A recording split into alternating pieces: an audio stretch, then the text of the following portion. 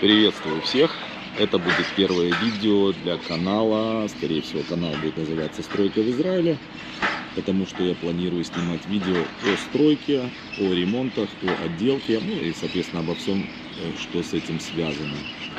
Долгое время не получалось ничего начать, потому что любая работа была как-то с середины, какие-то отдельные процессы, а тут немножко повезло. Взяли в работу под отделку целый дом на этапе каркаса, ну как дом такой, небольшой домик.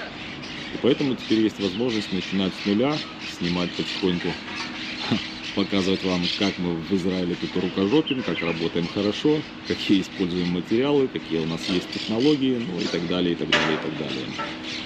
Вот на данном этапе я хочу вас познакомить с этим домом, с этим проектом, ну и вкратце рассказать, что есть и какие планы. И вот она, первая стадия рукожопства. Начинают собирать пигум. Ну, пигум — это леса строительные, алюминиевые. И вверх ногами собрали, так что не станут теперь колеса. Нужно переворачивать. Вот, собственно, сам дом. Это бетонный каркас на бетонной плите. Заполнение блоком. Так, не очень видно.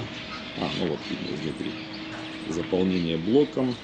Блок я поднимусь на второй этаж, я вам покажу, какой он, что он из себя представляет. Это якобы блок термо, теплоизолирующий, ну это так, все, сказки.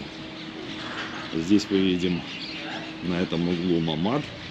Мамад — это в Израиле защищенная комната, такой кубик из бетона с толстым стальным окном, с створками на окне, на случай воздушной тревоги, на случай обстрела и бомбежек.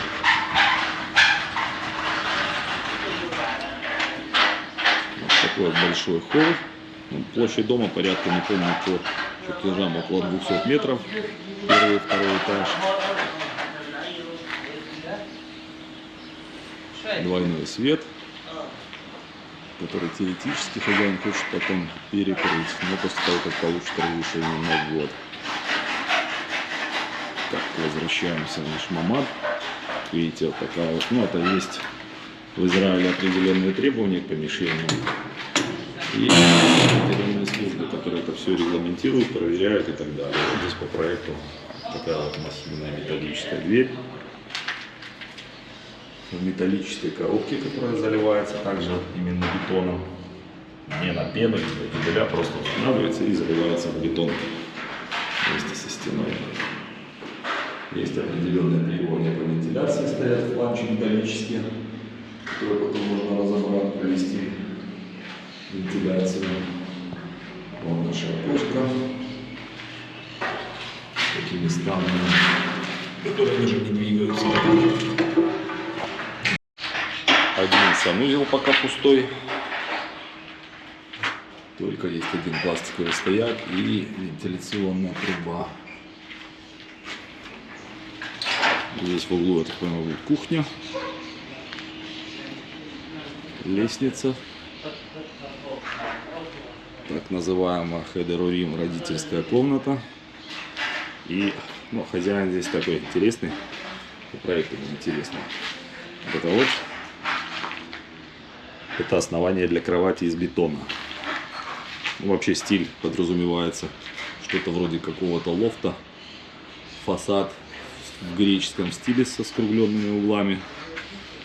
Вот он решил сделать вот такую вот кровать размером 240 ширина, 210 длина. Вот ему залили, те, кто строил саму коробку, залили ему под кровать фундамент.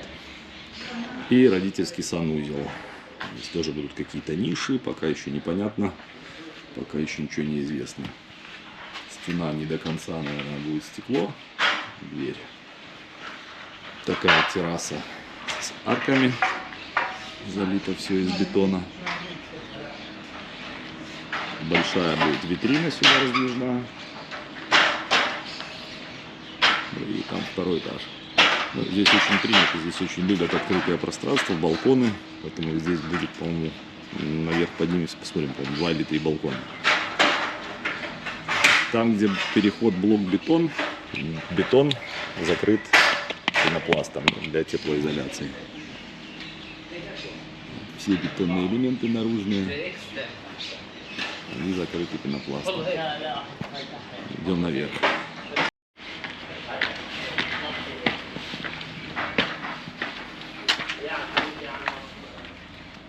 Ку-ку. Ну, косяков хватает даже на первый взгляд после тех, кто строил коробку. Пройдем посмотрим. Здесь балкон большущий, который вроде бы как потом частично перекроется комната. Вот опять же это будет пенопласт. Здесь видно салон. Салон это в Израиле называется гостиная. Окна, которые потом невозможно будет ни помыть, ни обслужить. И вот здесь, вроде как видите, там такой есть уступчик. Здесь вроде что-то будет потом перекрываться. Еще одна комната бестолковая. Вроде как детская, потому что одна кровать, одна кровать. Единственное, что здесь можно поставить. Санузел. Большим окном. Балкон. Тоже с довольно большой витриной. И внимание! Еще один балкон. Непонятного назначения. Самое важное, что с непонятным входом. Который сейчас 32 сантиметра, 33, а после штукатурки останется 30.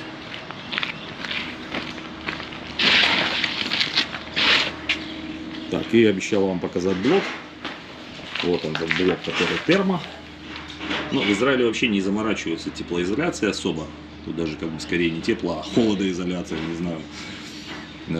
Погода хорошая, морозов вообще не бывает в этом регионе. Зимой минимальная температура, не знаю, 7-8 градусов, это самый низ. Ну, поэтому больше как бы от жары люди спасаются. Ну, то есть как бы по стандартам рассчитано, что этого блока достаточно.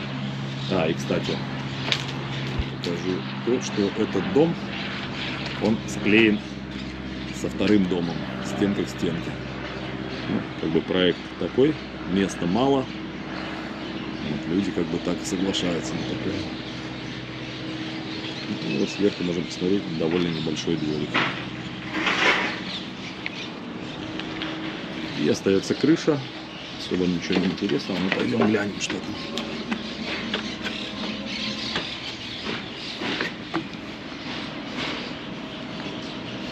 Крыша. Залитый в бетон выход из санузлов, вентиляция и сам стояк санузла. Залиты никузы, это дренажные отверстия с крыши. Раз, два, три. И залита вот такая вот будочка, это для солнечного бойлера. Вот на примере соседнего дома можете увидеть. Сюда ставится эта будочка, ставится зеркало нагревательное. И все работает. Нам еще придется здесь много чего сверлить в бетоне. Потому что нет выходов ни для кондиционеров, ни для электричества, ни для чего. Вот кондиционеры выходят примерно так. Но мы, конечно, будем делать, стараться поаккуратнее и получше. В принципе, работа так. Сказал бы, на троечку с плюсом по блокам, по бетону. Первое, что бросается в глаза, не знаю, вкладки, как бы очень много пустот в растворе. В растворе светится местами дом. Качество заливки бетона тоже вибрировали так себе. Видно, не очень. Плюс качество самой опалубки.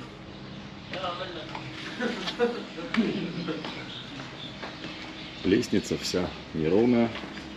Лазер уже показал лазерный уровень.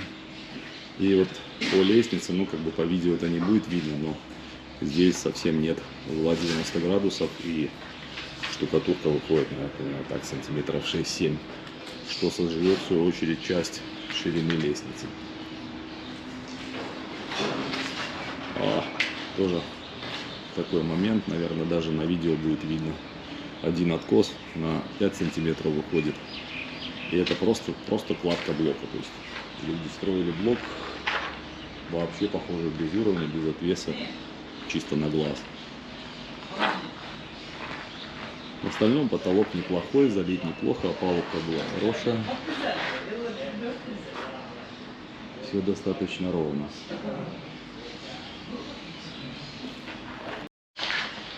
Нет прямого угла. Вот здесь. Это в районе кухни. А кухня, как мы знаем, это важно. И здесь тоже штукатуркой придется красить где-то 5-6 сантиметров.